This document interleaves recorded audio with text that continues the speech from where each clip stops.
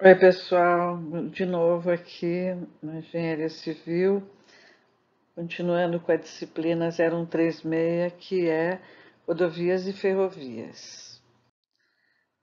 Bom, os principais produtos carregados pelo transporte ferroviário brasileiro, só para a gente relembrar um pouco a aula anterior, vocês lembram? Imaginam o que é? Bom, os principais produtos são carregados pelos transporte ferroviário, são o minério de ferro, a soja, o açúcar, o carvão mineral, os grãos, né, milho, farelo de soja, o óleo diesel, a celulose, os produtos siderúrgicos e o ferro-gusa. A malha ferroviária brasileira é a maior da América Latina em transporte de cargas. E quais essas vantagens, né, do transporte ferroviário brasileiro? Dentre as vantagens que o transporte ferroviário possui estão o baixo custo do frete, o menor índice de roubos, a inexistência de pedágios, o baixo risco de acidentes, a baixa poluição do meio ambiente, possui baixo custo de manutenção e transporta grandes quantidades e longas distâncias. E as desvantagens do transporte ferroviário? Assim como outros modais, o transporte ferroviário possui desvantagens, né, entre as quais estão o tráfego limitado aos trilhos, a malha ferroviária insuficiente, a malha ferroviária sucateada, necessita de entrepostos especializados, sistemas de bitola inconsistente, a distância interna da face interior dos trilhos por onde deslizam as rodas de ferro, né? Podendo ser mais largas do que as outras, depende de outros modais para finalizar o destino do produto, possui pouca flexibilidade dos equipamentos e exigências de embalagens mais seguras, além de ter dificuldade em áreas de aclive e declive acentuado, necessitando de um investimento maior na sua infraestrutura e na manutenção, necessitando de transbordo ou reembarque das mercadorias para chegar ao seu destino. Bom, vamos voltar à questão da estrutura, né? A gente tem já vimos anteriormente, né? A questão da estrutura e infraestrutura tem os trilhos, o dormente, né? O lastro, o sublastro. E aqui nós temos um sublastro mostrando a importância para a drenagem de você ter um sublastro, né? E a drenagem melhora muito com esse sublastro, né? E é um suporte para o lastro superior, é esse que está em tom meio alaranjado, e reduz a infiltração. Vemos aqui um ombro, né? Essa seta está indicando, ele restringe o movimento lateral de uma linha e deve ter de 150 milímetros de espessura e 400 milímetros de largura.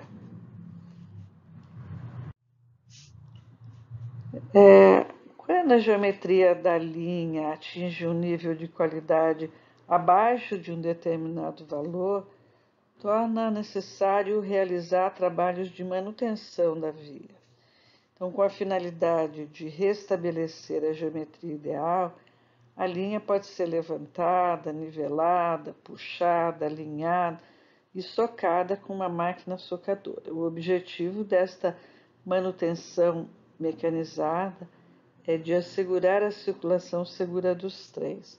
Aqui nós estamos vendo uma máquina, né, espalhando as pedras de lastro. E os trens em circulação, eles submetem a via permanente a altas solicitações dinâmicas, consistindo de trilhos, dormente, lastro, a via permanente, formam um sistema elástico, né? O tráfego de cargas sujeita esse sistema a enormes forças dinâmicas, causando deflexão em toda a linha, não retornando à sua posição original. Ao longo do tempo, em decorrência dessas elevadas solicitações, a geometria correta da linha perde sua posição ideal. Essas máquinas, né, elas servem para que a gente faça a manutenção do lastro, a limpeza, porque um lastro sujo ele também perde a sua função de drenagem, né? Então aí nós temos esse vagão especialmente projetado para isso, né? Ele ele é uma linha, na linha férrea, né? Ele faz a retirada, né? A limpeza e a recolocação do lastro no seu lugar. A limpeza pode ser feita algumas vezes, né? E chega um determinado momento que é preciso realmente substituir o lastro. E essas máquinas podem fazer a limpeza de até 2 quilômetros de lastro por dia. Aí mais uma visão da mar. Você também pode fazer a limpeza com a remoção de lastro com os trilhos. Aí mais uma visão da recolocação, né, do lastro.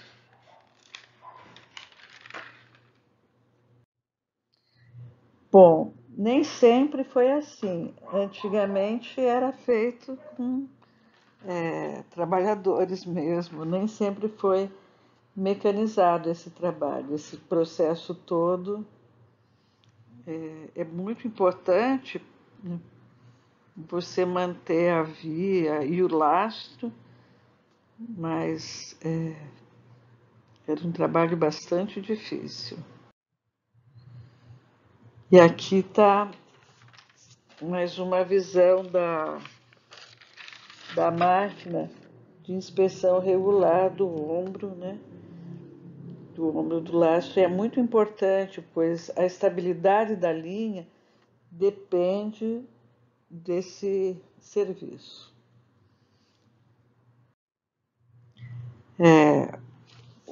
Vamos falar um pouquinho, né, sobre o dimensionamento do lastro, né? Então, o que a gente tem? Tem as fixações entre os trilhos e os dormentes. Aí você tem o carregamento das rodas nos trilhos, né, o dormente, e aí você tem uma visão do lastro, do sublastro, do subleito 1 e do subleito 2 e até chegar numa rocha. Então, para o cálculo da altura do lastro sobre os dormentes, devem ser resolvidos dois problemas fundamentais. Como se realiza a distribuição das pressões transmitidas pelos dormentes sobre o lastro? E qual é a pressão admissível ou a taxa de trabalho do solo no sublastro? Então, aí a gente tem uma visão, né, do P0, que é a pressão média na face inferior do dormente, em quilos por centímetro quadrado, e o pH, que é a pressão a uma profundidade qualquer, também em quilos por centímetro quadrado.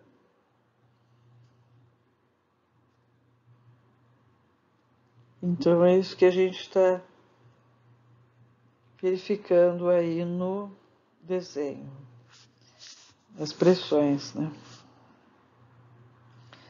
E aí você tem entre o P0 e o PN a altura H, que é justamente como você vai precisar dimensionar o teu lastro.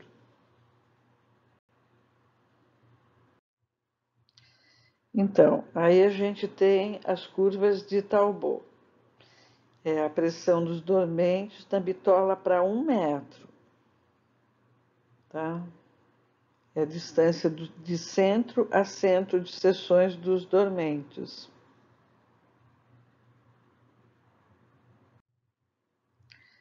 Então, como que se dá, né, o dimensionamento do lastro? A curva de variação das pressões máximas do lastro, né, abaixo do centro dos dormentes, em função da altura do lastro, é dada por... Aí você tem a altura do lastro, segundo Talbot, é o pH, que é a pressão a uma profundidade H, em quilos por centímetro quadrado, que é igual à pressão média na face interior do dormente sobre a altura, né, elevado a 1,25. Tá? Então, a gente vai pegar o K percentual, que vai ser, utilizando a fórmula, 98,42%. E o P0? P0, né, é o PC sobre o B vezes o C, tá vendo? O C é a faixa de Socaria em centímetros, que varia de 70 a 80 centímetros para a bitola métrica e de 80 a 90 para a bitola larga. O B é a largura do dormente e o P0, né, a carga a ser considerada sobre o dormente.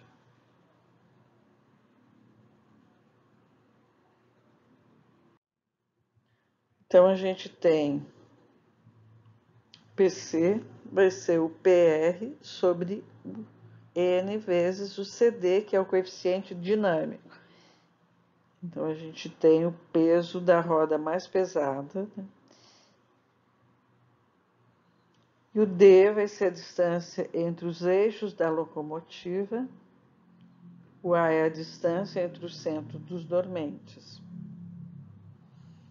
Aí nós temos que o CD vai ser 1 mais V ao quadrado sobre 30.000, onde o V é a velocidade em quilômetro por hora. Essa fórmula foi definida antigamente, adota-se 1,4 como valor mínimo para o CD, onde o PR é o peso da roda mais pesada, peso por eixo, né? O N é o coeficiente adimensional e o N é igual a D sobre A, que é a distância entre eixos do trem, a distância entre os centros dos dormentes.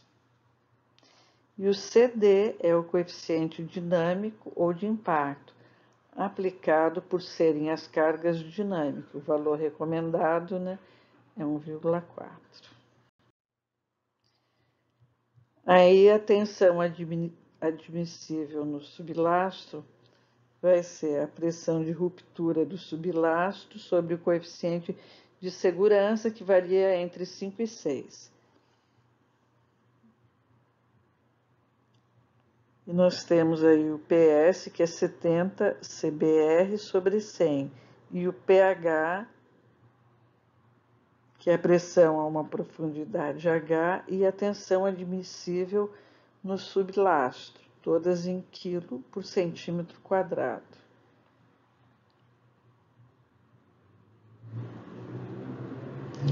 Índice de suporte da Califórnia, né, ISC, é a pressão calculada ou pressão corrigida pela pressão padrão vezes 100. Bom, Então, vamos aí para um exemplo do cálculo da altura do lastro, né? Dimensionar a altura do lastro, sabendo-se os seguintes dados. Peso por eixo, 20 toneladas. Dimensão dos dormentes, 2 por 20 por 16. Coeficiente dinâmico ou coeficiente de impacto, 1,4. Faixa de socaria, 70 centímetros. Distância entre eixos da locomotiva, 2,20. Taxa de dormentação, que é de dormente por quilômetro, 1.750 unidades por quilômetro. E o CBR do sublastro é 20%. Então, vamos lá. Distância dos centros dos dormentes. A igual a 1.000 sobre 1.750, que dá o 0,57. O coeficiente adimensional, a distância entre eixos do trem pela distância entre os centros dos dormentes. Vai ser N é D sobre A, que dá 3,86. A pressão sobre o dormente. PC é o PR sobre N vezes o CD. O PR é o peso da roda mais pesada, de 20 toneladas por eixo, dividido por 2. E o PR é 20 vezes 1.000 quilos por 2, dá 10.000.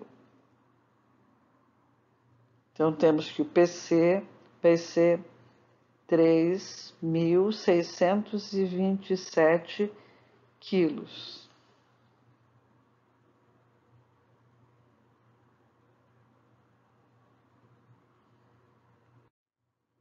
Pressão média na face inferior do dormente. P0 vai ser o PC sobre BVC, onde B é a largura do dormente e C é a faixa de socaria. Então, temos que o P0 vai ser 3.627 sobre 20 vezes 70, que dá 2,591 quilos por centímetro quadrado. E a pressão no sublastro vai ser 70 CBR sobre 100, onde o PS vai ser 70 vezes 20 sobre 100, que dá 14 quilos por centímetro quadrado. E a pressão, então o cálculo da altura do lastro, o que a gente tem? Pressão a uma profundidade H, que vai ser o pH, vai ser o PS sobre o CS, onde o coeficiente de segurança que varia entre 5 e 6. O pH vai ser 14 por 5,5, que vai dar 2,55 quilos por centímetro quadrado. E, por fim, a altura do lastro vai ser pH 53,87 sobre H elevado a 1,25 vezes o P0. Então, o H vai dar 53,87 sobre o pH vezes o P0 elevado a 1 sobre 1,25. Isso vai dar 24,7 centímetros e, arredondando, 25 centímetros. Essa é a altura do lastro, tá? Muito simples os cálculos, né, gente? Aí nós temos um outro exemplo, né? Calcular a altura do lastro. E aí com todos os dados, né? Se vocês quiserem exercitar. Vamos lá, distâncias dos centros dos dormentes, que é o A, que deu 0,57. Coeficiente adimensional, né? A distância entre eixos do trem, pela distância entre os centros dos dormentes, onde a gente tem o N é D sobre A, o N é 2,20 por 0,57, dá 3,86. O coeficiente dinâmico CD é 1 mais V ao quadrado sobre 30.000. O CD vai dar 1,21. A carga atuante sobre o dormente vai dar o PC, PR sobre N vezes o CD, onde o PR é o peso na roda mais pesada, que a gente tem 25 toneladas por eixo por 2, que dá 25 vezes 1.000, que vai dar 12.500 quilos. Pressão média na face inferior do dormente, onde B é a largura do dormente e C é a faixa de socaria. Então, o P0 vai ser o PC sobre BXC, B vezes C, e vai dar 2,54 quilos por centímetro quadrado. Pressão no substrato, PS 70 vezes CBR sobre 100, que vai dar 24,5 quilos por centímetro quadrado. Pressão a uma profundidade H, que vai ser o pH é o PS sobre o CS, que vai dar 4,83 quilos por centímetro quadrado, onde o CS representa um coeficiente de segurança variando entre 5 e 6. E a altura do lastro vai ser 16,62 centímetros. Certo?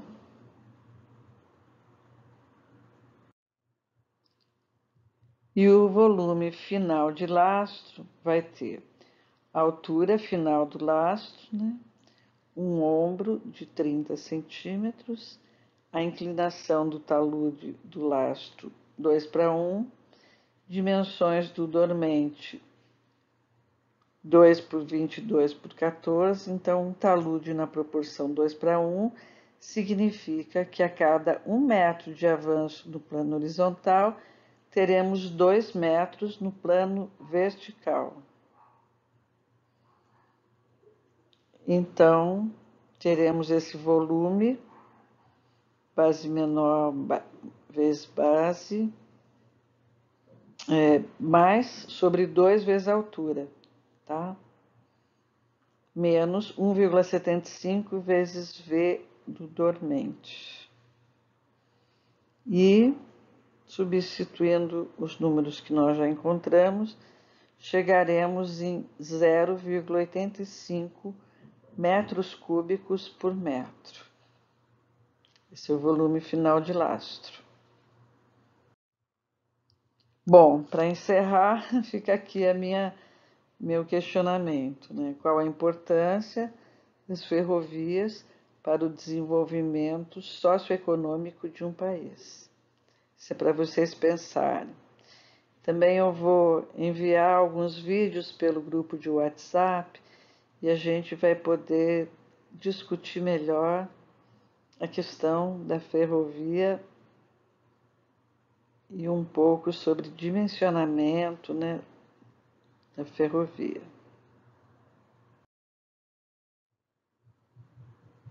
É isso, minha gente. Obrigada e até.